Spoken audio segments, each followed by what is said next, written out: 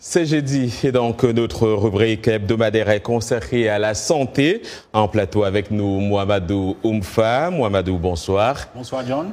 Mouamadou, vous revenez de voyage? Oui, je reviens de RDC, un grand et beau pays.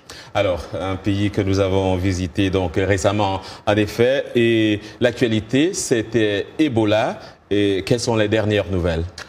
Bien, c'était d'ailleurs une surprise de constater sur le terrain que Ebola n'est plus un mystère pour les populations. D'ailleurs, à Kinshasa, Goma et Lubumbashi, on a constaté que les gens en parlaient un peu moins que ce qu'on pensait en arrivant. Il faut dire que les différents responsables au niveau de l'OMS, de Médecins sans frontières et même du ministère de la Santé, ils n'ont pas cessé de répéter que la RDC avait une tradition de lutte contre les épidémies d'Ebola. C'est quand même la 9e épidémie du genre et que les communautés et les autorités ont assez d'expérience pour faire face à la situation.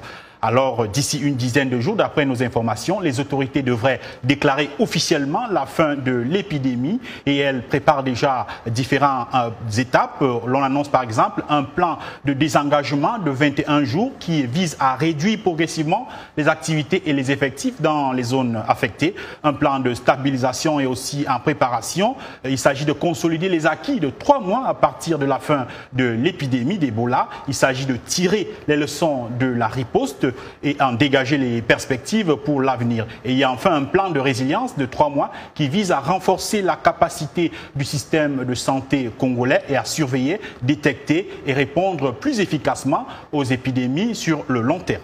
Alors, si les nouvelles sont positives pour Ebola, ce n'est pas le cas pour le choléra, notamment dans la zone du Kasaï oriental, où on a enregistré une flambée donc, de choléra. Tout à fait, John. Le choléra est une autre maladie bien connue dans ce pays où l'accès à l'eau potable reste vraiment problématique pour de nombreuses populations, surtout celles qui vivent dans les zones rurales. Au siège de l'OMS à Kinshasa, l'on nous a expliqué qu'il y a 3 provinces dans lesquelles les cas déclarés ont dépassé les cas généralement enregistrés en cette période de l'année. Il s'agit des provinces du Sankourou, du Sud Kivu et du Kasaï oriental. Le ministère de la Santé et ses partenaires ont déployé des équipes dans ces provinces pour soigner les malades et traiter les points d'eau. Aux dernières nouvelles, John, la situation s'est stabilisée. Médecins sans frontières a par exemple indiqué aujourd'hui dans un communiqué que la mortalité liée au choléra a chuté de 23% à 8% dans le chef-lieu du Kasaï oriental. Mais il faut espérer qu'à long terme, les gens auront accès à l'eau potable parce que c'est en fait là le nœud du problème. Alors, le nœud du problème, ce serait peut-être aussi le sida et nous sommes en pleine Coupe du Monde et Médecins sans frontières a décidé de sensibiliser.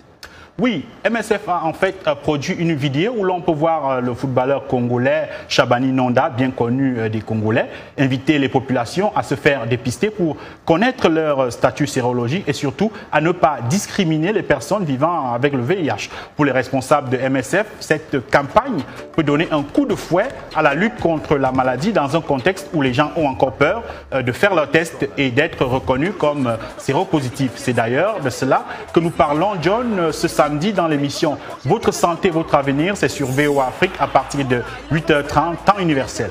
Merci Mouamadou Oumfa. Je rappelle que vous êtes donc co-présentateur de l'émission Votre santé, votre avenir qui passe sur VOA Afrique et ses chaînes partenaires. Merci d'être venu. Merci John. Et bon retour.